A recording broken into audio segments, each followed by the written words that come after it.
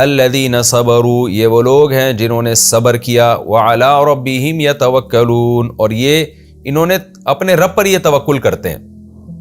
اللہ کا حکم آیا کہ بھئی مکہ چھوڑ دو، یہاں دین پر چلنا ممکن نہیں ہے، تو کتنے تحفظات تھے، پتہ نہیں یہ غیر کنٹری میں جا رہے ہیں، نجاشی عیسائی بادشاہ ہے، وہ نبی صلی اللہ علیہ وسلم کی نبوت کا سن کے اور ہی سیخ پانا ہو جائے، ہمیں قتل نہ کر دے، لیکن اب کوئی آپشن ہی نہیں تھا نا۔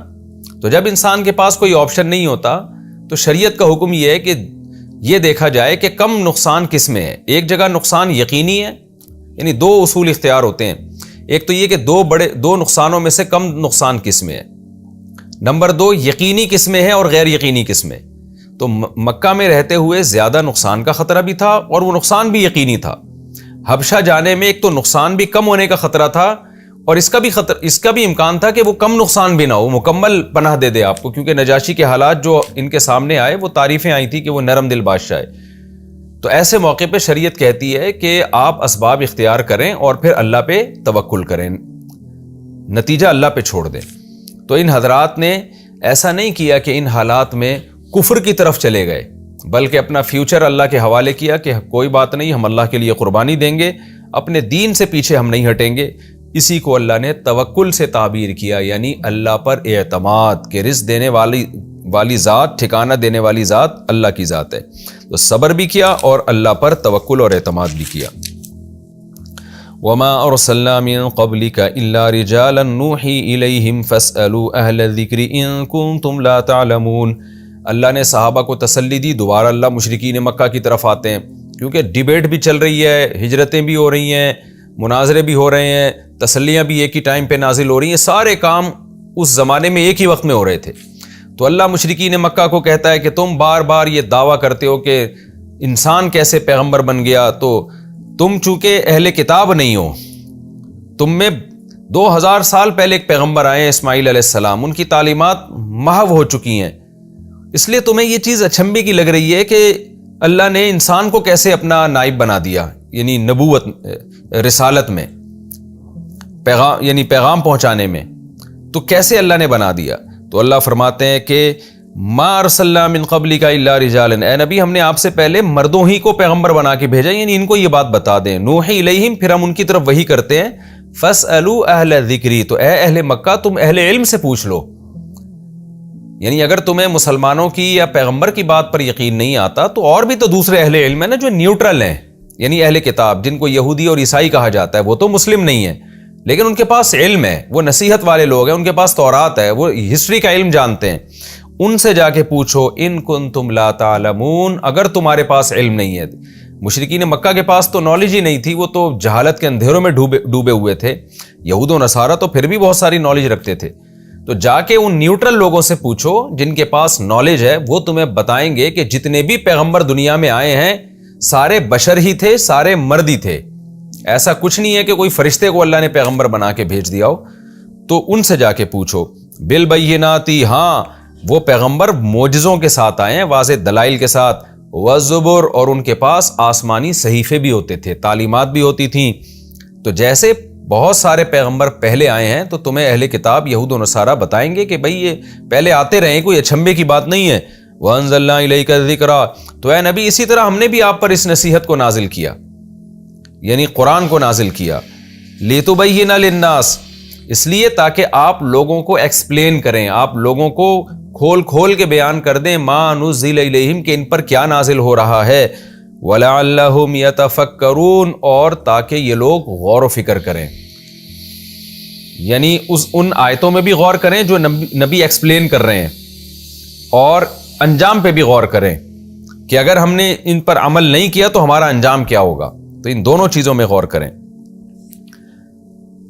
تبھی آگے اللہ تعالیٰ دھمکی دیتے ہیں، افامن الذین مکروا السیئات، کہ تم اعتراضات میں لگے رہتے ہو اور اسلام کے خلاف تدبیریں کرتے رہتے ہو جو کہ اللہ کے خلاف تدبیریں ہیں، تو کیا تم لوگ اس بات سے بے خوف ہو گئے ان یخسف اللہ بہم الارض، کہ اللہ ان کے ساتھ زمین کو دھسا دے، یعنی تمہیں ڈر نہیں لگتا کہ اللہ تمہیں زمین میں بھی دھسا سکتا ہے، او یاتیہم العذاب، یا ان پر اس طرح سے عذاب آ جائے، من حیث لا یشعرون، کہ ان کو پتہ بھی نہ چلے، او یاخذہم فی تقلبہم، یا ان کو چلتے پھرتے پکڑ لے، یہ اپنی مستیوں میں گم ہوں اور اچانک ان پر عذاب آ جائے، یعنی اللہ کو تو ہر طرح سے عذاب دینے پر قدرت ہے، فما ہم بمعجزین، تو پھر یہ اللہ کو ہرا نہیں سکیں گے، او یاخذہم علی تخوف، یا ان پر خوف کی ایک حالت ہو، مال کے گھٹنے کا خطرہ ہو، قحط آ رہا ہو، جیسے انسان پر تو مختلف حالتیں آتی رہتی ہیں نا۔ تخوف کا معنی کہ تنقص من الاموال، کہ مال کا یعنی گھٹ رہا ہو ان کا مال، جس کی وجہ سے انسان خوف کی حالت میں آتا ہے، یا کوئی وبا پھیل گئی ہو، جسم کا نقصان ہو رہا ہو، تو ایسی کنڈیشن میں کہ جب انسان قابل ترس ہوتا ہے، وہ چاہتا ہے کہ یہ عذاب مجھ سے ہٹے، تو اللہ کو اس پر بھی قدرت ہے کہ اس مصیبت کے ہوتے ہوئے ان کو عذاب میں ڈال دے، یعنی اور بڑی مصیبت میں مبتلا کر دے۔ یہ تو سب کچھ اللہ کے اختیار میں ہے، یعنی اللہ ان کو اس حالت میں بھی پکڑ سکتا ہے کہ جب یہ گھوم پھر رہے ہوں، لائف کو انجوائے کر رہے ہوں اور بالکل بے خوف ہوں، اور اس حالت میں بھی پکڑ سکتا ہے کہ جب یہ ویسے ہی قابل ترس ہوں اور اس پر الٹا اور اللہ ان کے اوپر عذاب دے دے۔ فَإِنَّ رَبَّكُمْ لَرَؤُوفٌ الرَّحِيمٌ، پھر اللہ خود اپنی تعریف کرتے ہیں کہ بے شک واقعی تمہارا رب تو بڑا شفیق ہے اور رحم کرنے والا ہے۔ کیا مطلب؟ ایسا کرتا نہیں ہے وہ، تو اس مہلت سے فائدہ اٹھاؤ، لیکن یہ ممکن ہے، پاسبل ہے کہ اللہ ایسا کر دے گا، اس بات کا امکان پورا موجود ہے۔ اولم یروا الی ما خلق اللہ من شیء، پھر اللہ انسان کو ایک نصیحت کرتے ہیں کہ دیکھ، تو اللہ کے سامنے سر نہیں جھکاتا، اللہ کے حکم کے سامنے اطاعت نہیں کرتا، نہ اللہ پہ ایمان لا رہا ہے، نہ اس کی کتابوں پہ ایمان لا رہا ہے، نہ اس کے پیغمبروں پہ ایمان لا رہا ہے، اپنی مستیوں میں لگا ہوا ہے، تو اپنے علاوہ جتنی مخلوق ہے ان تمام مخلوق کو دیکھ کیسے خدا کے حکم کے آگے وہ تابع ہیں، جس کو جس کام پہ لگا دیا وہ اس کام پہ لگا ہوا ہے۔ تو یہ جو یعنی انسان کے علاوہ جتنی مخلوقات ہیں، انہی کو دیکھ کر عبرت حاصل کرو۔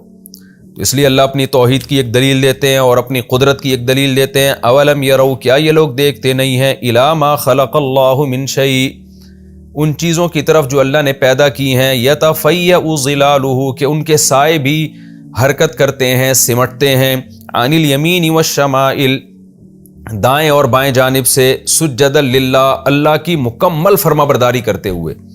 کیا مطلب؟ یہ سایہ جو حرکت کرتا ہے نا، یہ بھی اللہ کے حکم کے تابع ہے۔ کیا مطلب؟ جس چیز کا سایہ ہے اس چیز میں سائے بن کیوں رہے ہیں؟ سورج کی حرکت کی وجہ سے، اور سورج مجال ہے کہ جو اللہ نے اس کو مدار دے دیا حرکت کے لیے، اس سے ذرہ برابر بھی دائیں بائیں ہٹ جائے وہ، تو سورج کیسا فرما بردار ہے جس کے نتیجے میں وہ سائے بھی سمٹے، یعنی سائے بھی ایک مخصوص حرکت کے تحت چلتے ہیں۔ یعنی ایسا لگتا ہے کہ اللہ نے کان سے پکڑ کے سورج کو راستے پہ چلا دیا اور ان چیزوں کے سایوں کو بھی اسی کے تابع کر دیا کہ جیسے جیسے سورج حرکت کر رہا ہے تمہارے سائے بھی اسی انداز سے سمٹیں گے۔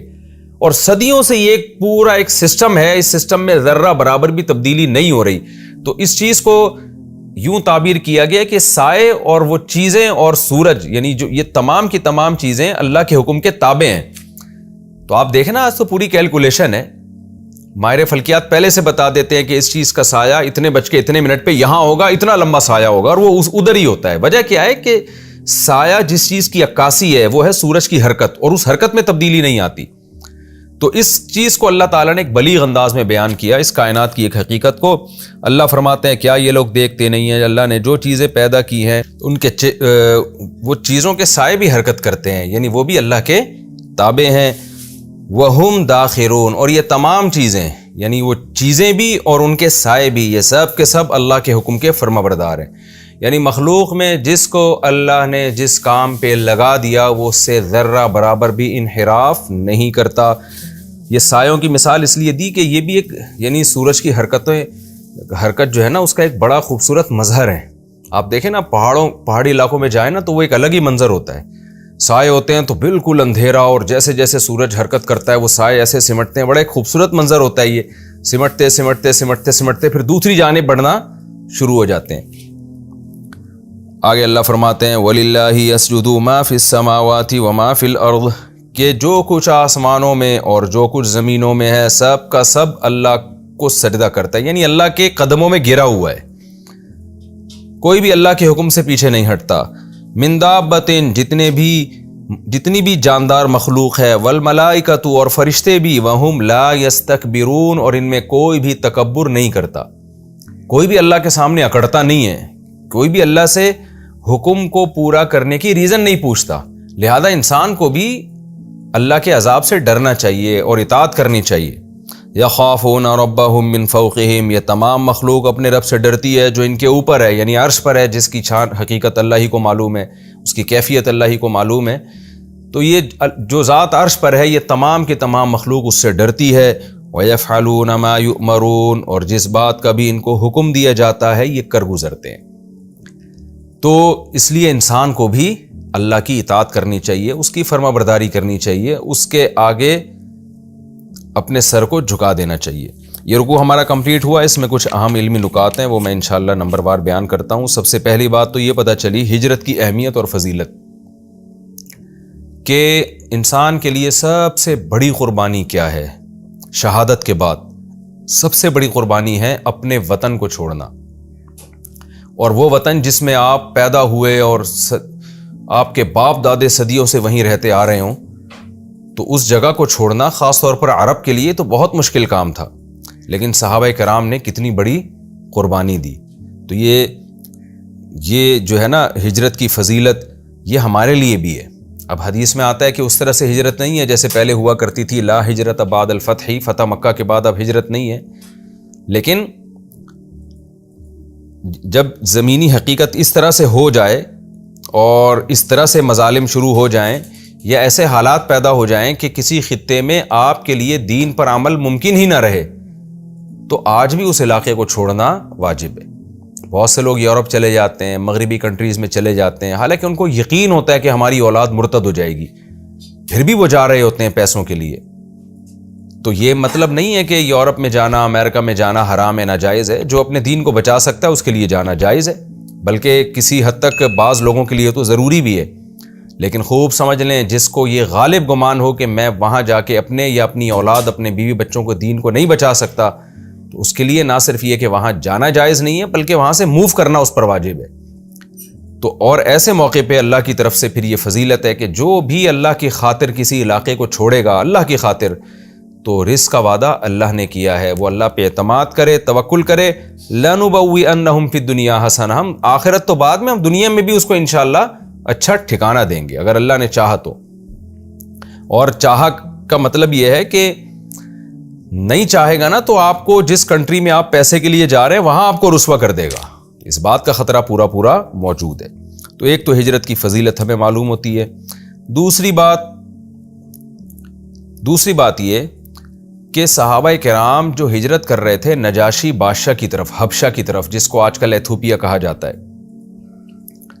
تو حبشہ کا بادشاہ عیسائی تھا. اس سے بھی پتہ چلتا ہے کہ غیر مسلم کنٹری سے بھی مدد لی جا سکتی ہے اور غیر مسلم بادشاہ سے بھی مدد لی جا سکتی ہے. آج ہمارے ہاں بہت سے لوگ جن کو مذہبی نالج میں، مذہبی تعلیم میں زیادہ گہرائی نہیں ہے، وہ بات پہ کفر کے فتوے لگا رہے ہوتے ہیں کہ فلاں نے فلاں غیر مسلم کنٹری سے مدد کیوں لی، فلاں نے فلاں غیر مسلم ملک سے مدد کیوں لی، یہ غیرت کے خلاف ہے اور یہ آپس میں ملے ہوئے ہیں. اس طرح کے فضول تبصرے آپ صبح و شام سنتے رہتے ہیں مختلف ذرائع سے. تو فی نفسی ہی کسی غیر مسلم کنٹری سے یا غیر مسلم بادشاہ سے مدد لینا شریعت میں ناجائز نہیں ہے. تو صحابہ کرام نے مدد لی کیونکہ اس وقت ایک ریاست حبشہ ہی کی تھی جس کے بارے میں ان کو امید تھی کہ وہاں کا بادشاہ اچھا ہے اور مظلوموں کی مدد کرتا ہے. تو صحابہ کرام نے وہاں ہجرت کی. تو یہ بھی ہمیں پتہ چلتا ہے کہ غیر مسلم سے مدد لینا بھی جائز ہے. اور الذین صبروا علی ربہم یتوکلون، صبر اور اللہ پہ توکل کی فضیلت. آج یہ چیزیں بھی ہماری سوسائٹی سے ختم ہو گئی ہیں. نہ صبر کیا جاتا ہے. صبر کا مطلب کیا ہے؟ اپنے آپ کو ایسے کام سے روک لینا جو اللہ کی مرضی کے خلاف ہو. مصیبت میں، یعنی مصیبت میں اپنے آپ کو ایسے کام سے روکیں کہ جس سے اللہ ناراض ہوتا ہے. کیونکہ مصیبت کے وقت نا انسان بالکل حواس باختہ ہو جاتا ہے اور الٹے کام کرنا شروع کر دیتا ہے، اللہ کو ناراض کرنا شروع کر دیتا ہے. تو یہ چیز بھی بہت امپورٹنٹ ہے. جزا فضا کرنا، مصیبت میں آپے سے باہر ہو جانا، یہ کوئی فضیلت کی بات نہیں ہے. اور توکل کی فضیلت. توکل کا مطلب کیا ہے؟ توکل کا مطلب ہے اسباب اختیار کرنا. وہ اسباب جس کے کا حکم اللہ نے دیا ہے، ان اسباب کو چھوڑ دینا جن سے اللہ ناراض ہوتا ہے. اور جب آپ ان اسباب کو چھوڑیں گے جن سے اللہ ناراض ہوتا ہے تو آپ کو کچھ خوف لاحق ہوگا، یار پتہ نہیں میں کھانے کو ملے گا نہیں ملے گا. تو اس موقع پہ اللہ پہ اعتماد کرنا. خوب سمجھ لیں, اللہ پہ اعتماد کا مطلب یہ نہیں ہے کہ اسباب چھوڑ دیں آپ.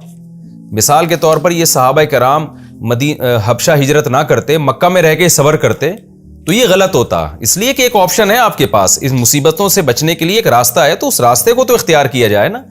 پھر اس میں جو تحفظات ہو تو ان میں اللہ پہ اعتماد کیا جائے. تو ہمارے یہاں بعض لوگ اسباب بالکل چھوڑ دیتے ہیں اور کہتے ہیں ہم اللہ پہ توکل کریں گے, یہ بھی غلط ہے. اور بعض اسباب ایسے اختیار کرتے ہیں کہ جائز ناجائز کا فرق ختم کر دیتے ہیں, تو یہ بھی اللہ پہ توکل کے خلاف ہے.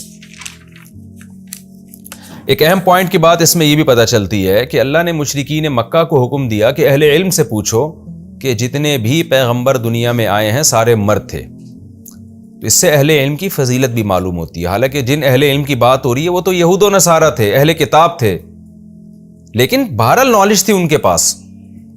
انہیں پتا تھا کہ بھئی پیغمبر ہمیشہ سے انسان ہی آتے رہے ہیں, فرشتے پیغمبر نہیں آتے.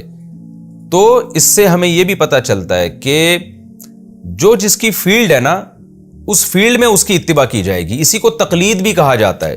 تقلید کا کیا مطلب؟ ایک تقلید حرام تقلید ہے جس کو اندھی تقلید کہتے ہیں, کہ آپ جس کے کو فالو کر رہے ہیں آپ کو اس کے برحق ہونے کی آپ کے پاس کوئی دلیل نہیں ہے.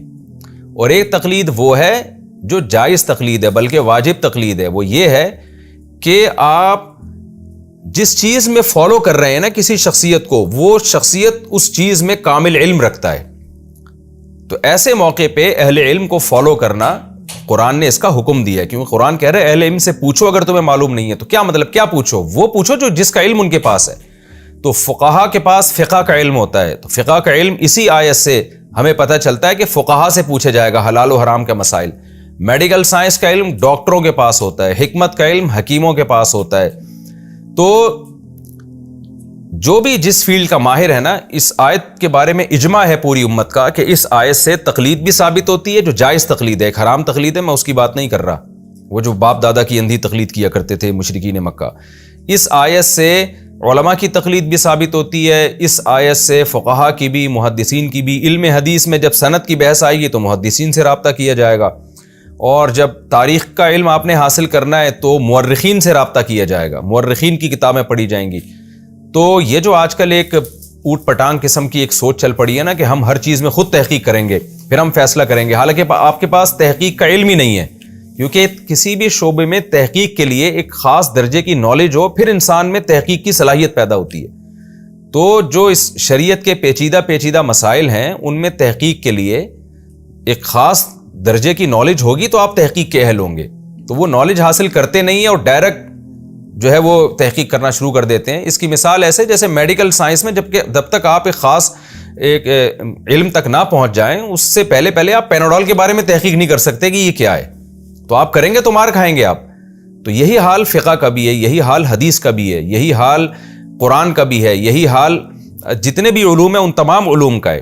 تو جب تک اس لیول کی نالج آپ کے پاس نہیں ہوگی آپ تحقیق کے اہل ہی نہیں ہوں گے. جب اہل ہی نہیں ہے تو آپ کریں گے کیسے؟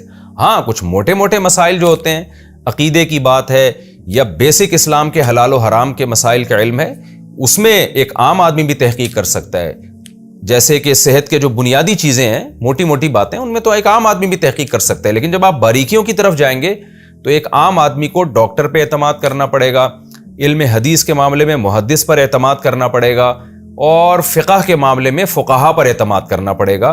کیونکہ قرآن کہہ رہے فاسألوا اہل الذکر, تم اہل علم سے پوچھو. تو ظاہر ہے پوچھا اس لیے جاتا ہے نا کہ عمل کیا جائے اس کے اوپر. تو یہاں پوچھنے کا مطلب یہ ہے کہ پوچھ کر اس پر عمل کرو. تو اللہ مشرکین مکہ سے کہہ رہے ہیں کہ تم اہل علم سے پوچھو اگر تمہارے پاس علم نہیں ہے, تم ہسٹری نہیں جانتے, تمہارے پاس آسمانی کتابیں نہیں ہیں, تو جن کے پاس ہیں ان سے یہ بات پوچھو, وہ تمہیں بتائیں گے کہ جتنے بھی پیغمبر پہلے آئے ہیں وہ تمام کے تمام, ان میں سے کوئی بھی پیغمبر فرشتہ نہیں تھا, فرشتے نہیں تھے وہ. تو یہ جو تواتر سے خبر چلی آ رہی ہے نا اہل کتاب میں, یہ خبر حجت ہے. یہاں ایک بات کا ایک اشکال ہوتا ہے کہ جو ہے یہ جو عیسائی تھے یہ تو عیسیٰ علیہ السلام کو بشر نہیں مانتے تھے, یہ تو اللہ کا بیٹا مانتے تھے, ان میں الوہیت کے قائل تھے. تو وہ تو عیسیٰ علیہ السلام کے بارے میں یہ نہیں کہیں گے کہ وہ بشر تھے. تو خوب سمجھ لیں کہ جب عمومی طور پر اہل علم سے پوچھا جائے گا نا, تو جو تواتر کے ساتھ جو علم حاصل ہوگا وہ علم یہی حاصل ہوگا کہ جب سارے پیغمبر بشر تھے تو عیسیٰ ابن مریم بھی بشر تھے.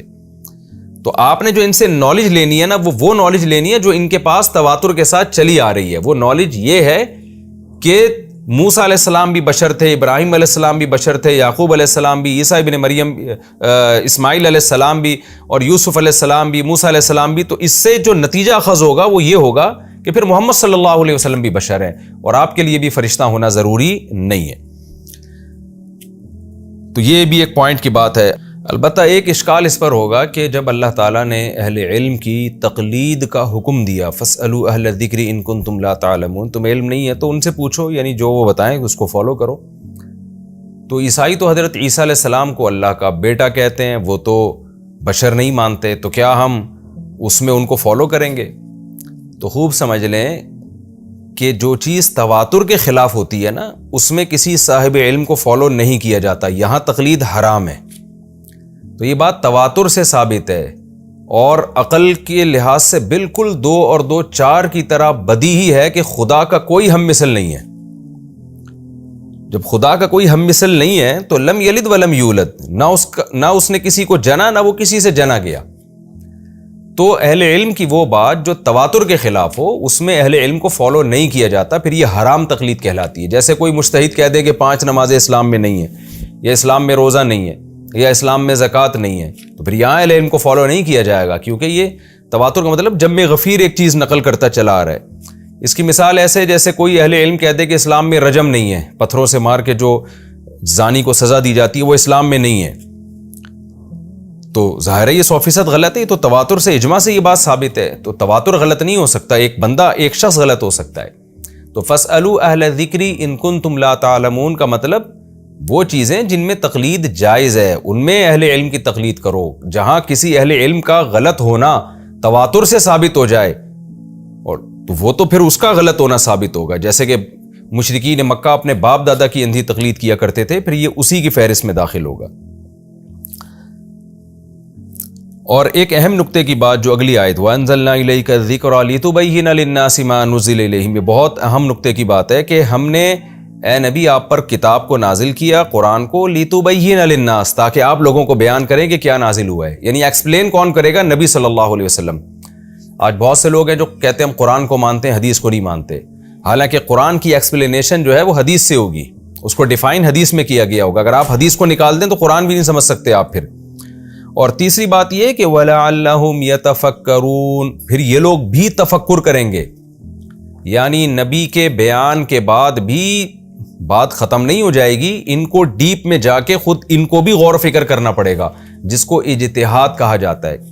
تبھی اسلامی علم اور اسلامی قانون جو مرتب ہوا ہے نا, وہ 3 چیزوں کو سامنے رکھ کر, قرآن, حدیث اور فقہ, یعنی قرآن بھی ہے, اس میں حدیث بھی ہے, پھر فقہا کا اجتہاد بھی ہے. یہ تینوں چیزیں مل کے اسلامک لا مرتب ہوتا ہے. کتاب الطہارہ, کتاب الصلاۃ, پھر اذان کا باب, پھر حج اور زکوٰۃ, پھر معاملات خرید و فروخت کے, پھر نکاح اور طلاق کے, پھر وراثت اور حدود.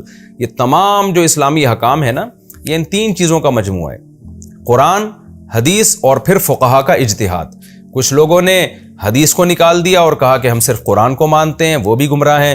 کچھ لوگوں نے کہا کہ ہم صرف قرآن اور حدیث کو مانتے ہیں, وہ بھی گمراہ ہیں. تو اس میں صحیح راستے پر وہ لوگ ہیں جو قرآن, حدیث اور فقہا کا اجتہاد, ان تینوں چیزوں کو, اجتہاد قرآن حدیث کو سمجھنے کے لیے جو اجتہاد کیا گیا, اگینسٹ میں نہیں جاتا وہ, اس کے سمجھنے کے لیے. تو جب تک یہ 3 چیزیں نہیں ملیں گی اس وقت تک قرآن و سنت پر عمل پاسبل ہی نہیں ہے. تو یہ تفکر, ظاہر ہے یتفکرون میں تفکر ہے نا, غور و فکر, تو غور و فکر وہی کرے گا نا جو قرآن حدیث کا پراپر علم جانتا بھی ہو. تو فقہا جانتے ہیں, مجتہدین جانتے ہیں, ان کے غور و فکر کا اعتبار ہوگا. اسی بات کو حدیث میں یوں بیان کیا گیا, آپ صلی اللہ علیہ وسلم نے فرمایا, صحیح حدیث ہے, بلغوا عنی ولو آیا, جو مجھ سے سنو آگے پہنچاؤ. رب حامل فقہ غیر فقیہ, بہت سے لوگ علم کی بات جانتے ہیں, سمجھتے نہیں ہیں. کیا مطلب؟ اللہ نے ایسے لوگ پیدا کیے ہیں کہ وہ آپ کو اس کا مطلب بتائیں گے. تو ایسے ہی فقیہ کو کی جمع آتی ہے فقہا. حدیث میں آتا ہے امت 2 طبقوں میں بٹی ہوئی ہے, ایک فقیہ اور ایک غیر فقیہ. یہ جو حدیث میں نے تشریح بتائی نا, اسی سے پتہ چلتا ہے. تو فقیہ کی جمع فقہا. تو جو کہتے ہیں ہم فقہا سے نہیں پوچھیں گے, فقہ شقہ کچھ نہیں ہوتا, تو وہ قرآن کی اس آیت کے بھی منکر ہیں. تو تفکر دونوں طرح سے ہوگا, اس میں بھی کہ ہم نے عمل کیسے کرنا ہے, اگر عمل نہیں کیا تو ہمیں سزا ملے گی، اور اس طرح سے بھی کہ اس کا مطلب کیا ہے، تو مطلب فقہا بتائیں گے۔